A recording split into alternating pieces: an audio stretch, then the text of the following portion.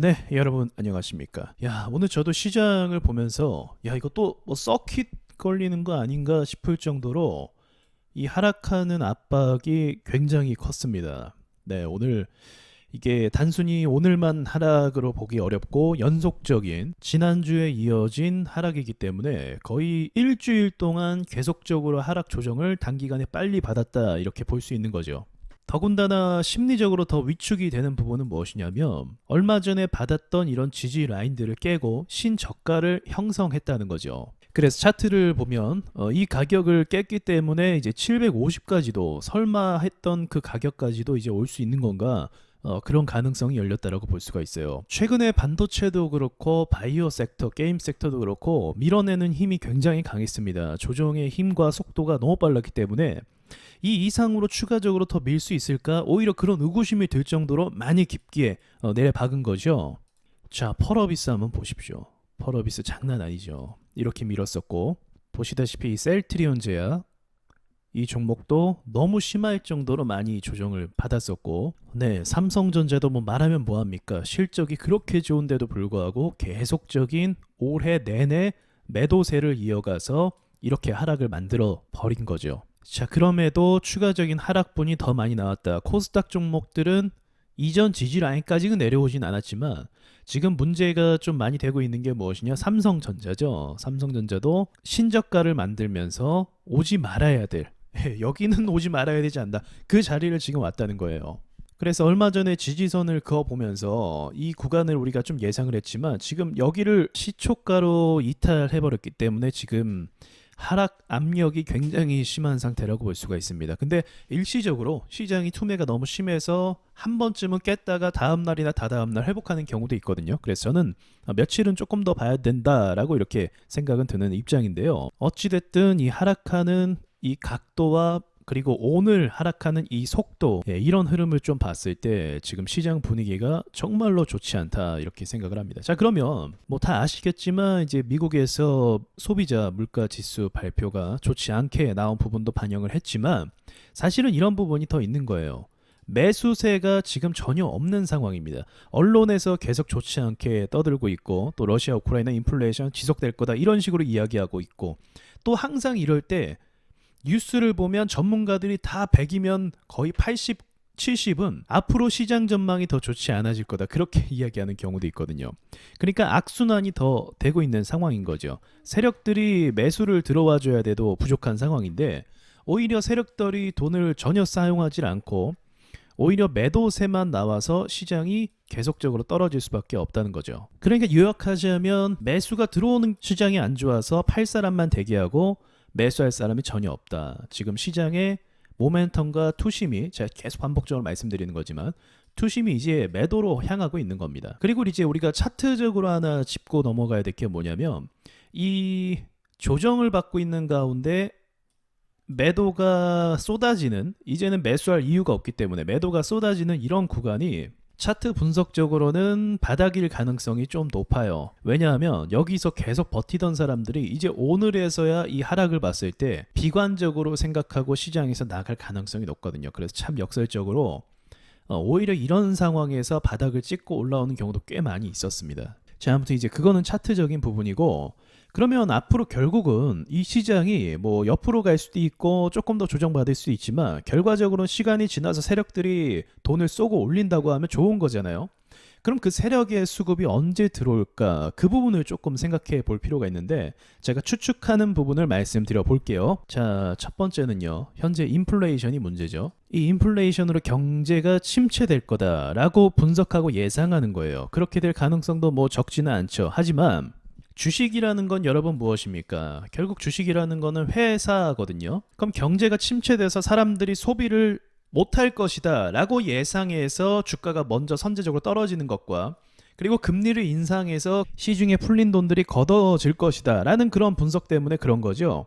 그런데 수치적으로만 보면요, 여러분, 인플레이션은 이미 1월 달부터 시작해서 3, 4월 정도의 정점을 좀 많이 찍었고요. 지금은 이제 보합권 정도 유지하는 상태입니다. 그러니까 이때 최고치를 찍었던 수치와 지금 수치가 비슷하다는 거죠.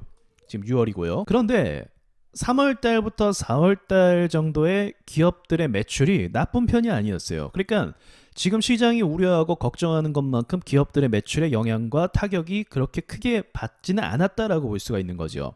한번 생각해보죠. 물가가 당장 올랐다고 해서 사람들이 갑자기 돈을 안 씁니까? 필요한 물건 사야 되는데? 그러진 않죠. 신흥국가들이나 후진국 같은 경우는 인구가 벌어들이는 돈의 규모가 작기 때문에 물가가 오르면 거기에 대해서 치명적인 영향을 받는 건 맞아요. 안타깝죠. 그러나 선진국 기준으로 주식시장이든 경제도 움직이지 않습니까? 미국 경제만 보아도 지금 이러한 리스크적인 부분들이 있긴 하지만 기업들이나 회사들의 실적은 어떻다? 나쁘지 않다는 거죠. 자, 그러면 이제 돈을 다시 회수해서 금리를 올려서 이제 기업들이 뭐 부채를 진 것에 대해서 문제가 생길 수도 있다라고 하는데, 주요 회사들을 보면요, 유보율을 확인할 수 있습니다.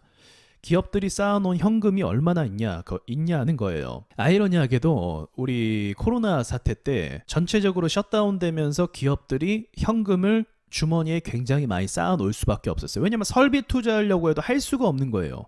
전염병 때문에. 그래서 기업들이 오히려 현금이 굉장히 많은 상태라고 일단은 평가해 볼 수 있습니다. 주요 기업 위주 말씀드리는 거죠. 그래서 그런 수치로 봤을 때 기업들은 현재 인플레이션을 방어할 가능성이 높다. 그리고 사람들 입장에서도 물가가 오르는 건 영향을 받는 것은 맞지만 필요한 물건은 살 수밖에 없다. 저의 예상이지만 어쨌든 세력들도요, 수급을 쏠 때 어떤 명분이 필요하거든요. 그렇지 않습니까? 아무런 명분 없이 수급을 쏠 수는 없는 거예요. 그래서 세력들도 어떤 명분을 가져올 때 막상 까보니까 인플레이션 다 포함해서 3분기 실적 보니까 나쁘지 않네 라고 이야기하면서 수급이 들어오는 경우도 있어요. 우리 그때를 한번 생각해보면 돼요. 코로나 치료제를 만들었을 때 이제 백신이 나오고 치료제가 나오네 하면서 시장이 반영하면서 올라가잖아요. 어떤 명분이 필요하다는 거죠. 지금은 이러한 명분이 첫 번째로 필요한 상황이라고 볼 수가 있습니다. 그래서 3분기까지는 결과를 좀 봐야 되는 게 맞아요. 우리가 투자하는 입장이잖아요. 기업을 보고 투자하잖아요. 그럼 기업의 실적이 아직은 괜찮다라는 근거를 가지고 있다고 하면 그 실적이 시장에서 반영되고 평가되는 기간과 시간을 우리가 좀 기다려줄 필요 있는 거죠. 지금 하락은 언론에서도 그렇고 막 우려감 때문에 막 하락하는 이런 부분이란 말이에요. 아직 기업이 어떻게 될지 결정은 나지 않았어요. 어쨌든 지금 많이 빠졌기 때문에 이 이상은 조금 지켜볼 필요가 저는 있겠다. 예상치 했던 가격보다 조금 더 이탈했는데 이 부분은 뭐 하루 이틀 더 지켜보고 이야기할 수도 있는 부분입니다. 자, 두 번째는 뭡니까? 네, 가장 이제 정치적인 부분이지만 러시아 전쟁 협상이에요. 자, 지금 인플레이션을 가중시키는 것 중에 하나가 러시아 우크라이나 전쟁이죠. 유가도 상승시키고 러시아 제재로 인해서 여러 가지 요인들에 인해서 우리가 또 피해를 보고 있는 상황입니다. 이렇게 되면 결과적으로는 정치적인 거예요. 그렇죠? 정치권에서 어떻게 하냐 저렇게 하냐 그거에 따라 결과가 달라지는 거죠. 근데 이렇게 제재를 계속 하기보다 어떤 화해 모드로 좀 분위기를 전환시킬 만한 요지는 지금 생긴 거죠. 꺼리는 생겼어요. 그래서 일단은 이제 이 부분이 아직은 정확하게 얘기가 나온 게 없지만 뭐 당장 전쟁이 종결되는 건 무리가 있죠. 왜냐면 러시아가 먼저 전쟁을 일으켰고 사람을 죽였어요. 어떻게 보면 거기에 대한 이제 책임론이 이제 일어나게 될 겁니다. 국제적으로 어떤 책임을 물어야 이 상황을 정리하고 또 다음 상황을 또 진행할 거 아닙니까? 그래서 전쟁이 종결되기는 제가 봤을 때 결코 쉽지 않고요. 우크라이나 국민들도 그건 원하지 않을 것 같아요. 힘들어도 당한 만큼 뭔가 이제 갚아줘야 된다. 사람이 그렇잖아요.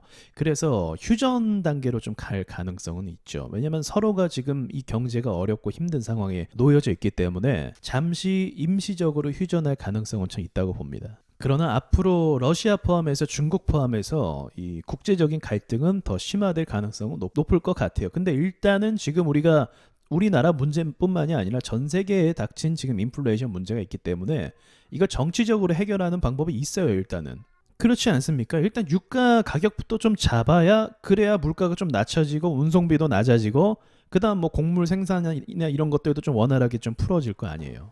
그렇게 되면 어느 정도 정상화를 좀 바라볼 수도 있게 됩니다. 그래서 이 부분이 좀 머지않은 시기에 저의 생각으로는 좀 협상이 될 것 같아요. 만약 협상 안 되잖아요. 그러면 이제 국제적인 비난과 화살이 이제 러시아를 향하게 돼서 이제 좀 더 문제가 더 커질 가능성도 있겠죠. 근데 그 전에 협상을 통해서 좀 진정시킬 수 있는 가능성도 있지 않나. 그렇다면 세력도 이것을 이제 빌미 삼아서 또 올릴 만한 명분이 생기게 되는 거죠. 지금 좋지 않은 뉴스만 계속 때려받고 있는데 말이죠. 자, 그리고 세 번째는요. 결과적으로 제가 여태까지 좀 주식을 하면서 이건 정말 괜찮은 재료인데? 괜찮은 먹거리 산업이고 이슈인데? 라고 보는 게 뭐냐면 원전이에요. 이미 많이 반영했지만 그래도 세계적으로 수출하고 기업 실적이 아직 반영을 안 했거든요. 근데 원전의 필요성은 뭐예요? 필수예요. 그래서 매출에 이제 반영을 할 날이 전 머지 않았다라고 봅니다. 그때부터는 좀 이제 차원이 또 달라질 거라고 전 보고 있고요. 지금 친환경에 대한 필요성은 전 세계적으로 더 부각이 되고 있는 상황이죠. 그래서 거기에 따른 뭐 전기차라든지 그리고 수소 산업도 이건 보통 산업이 아닙니다. 아직 반영을 한 번도 안 했어요. 그래서 수소 산업도 지켜볼 만한 것들이 될 수 있을 것 같고, 그리고 이제 코인 가격이 조금 회복이 된다면 메타 시장도 다시금 상승할 가능성이 높습니다. 그러니까 이것들을 보면요, 이게 그동안의 뭐 재료는 사실 뜬구름 잡는 이야기가 많아요. 그러니까 제가 봤을 때는 그동안의 재료들은 사실은 좀 이제 거품을 만들고 막 허상적인 이야기를 갖다 붙여서 주식을 올린 경우가 많다고 한다면, 제가 지금 이야기한 원전 같은 경우 이거는 거의 매출을 거의 약속을 받은 상태고요. 우리나라 원전 기술이 뛰어나니까. 수소 산업도 우리나라가 밀고 있는 산업 중에 하나이기 때문에 어떤 결실을 반드시 볼 거라고 보고 있고, 지금 친환경이나 세계 기후 변화 이런 것들이 너무 심각하기 때문에 이제 전기차로 전환되는 속도가 더 가속화될 것 같아요. 제 생각에는. 예, 그리고 더불어서 코인 시장만 좀 회복이 되면 메타 시장 있잖아요. NFT라든지 P2E라든지 이런 부분도 눌렸던 이유가 코인 가격이 매력이 없는 거예요. 게임에서 돈을 번다? 코인 가격이 높으면 매력이 있죠. 근데 가격이 낮으면 매력이 없는 거예요. 할 이유가 없다는 거죠. 그러니까 전반적으로 이런 것들이 다 내재되어 있는 재료고, 제가 봤을 때는 최소한 얘네만큼은 매출을 더 반영할 가능성이 높다. 그렇게 보고 있는 섹터들이거든요. 그래서 참 시장이 웃기죠. 앞으로의 호재는 제가 봤을 때 이전에 없었던 이 시대가 바뀌고 있잖아요. 그래서 친환경 이런 쪽으로 밀어낼 이런 다양한 호재들이 존재하는 반면에 지금 상황은 세력들이 전혀 수급을 쏘지 않고 인플레이션의 금리 인상이나 이러한 좀 장기 침체에 대한 우려로 인해서 주가가 빠지고 있다. 이렇게 정리할 수가 있는 거죠. 자, 굉장히 힘든 시기인 거 저도 당연히 알고 있습니다. 뭐 하락장 한두 번 겪겠습니까? 그럼에도 또 중요한 거는 우리가 멘탈적인 부분을 좀 잡고 가는 거예요. 어쨌든 차트로만 놓고 봐도요, 과대 낙폭 위치가 맞아요. 정말 많이 뺐습니다. 그럼 과대 낙폭이 심해지면 심해질수록 반등의 속도도 굉장히 빠르게 나오는 경우가 많이 있거든요. 그래서 일단은 지지 라인 부근에 다 왔고, 그리고 코스닥 주요 종목들은 아직은 뭐 지지선을 깬 것이 아니기 때문에 우리가 좀 힘들지만 참고 우리 하반기까지는 봐야 돼요. 그래도 당장 회복되고 그러진 않겠죠. 하반기까지는 좀 보시면서 가야 되겠다. 지금 이런 공포장에는요, 이제 지쳤죠. 1년 동안 수급도 안 들어왔기 때문에. 그래서 이때부터 개미들이 매도를 굉장히 많이 합니다. 개미들이 매도를 굉장히 많이 하면 세력들이 그 물량을 당연히 받습니다. 여러분이 파는 거 누가 살까요? 어떤 바보가 그걸 사겠습니까? 세력들이 사고 있는 거예요. 자, 그렇게 좀 말씀을 정리를 드릴 수 있을 것 같아요. 자, 아무튼 힘든 장에 좀 힘내시고요. 하반기까지 좀 바라보면서 주식을 해보는 쪽으로 판단을 좀 해보시면 좋을 것 같습니다. 이상 여기까지 말씀드리고 마치겠습니다.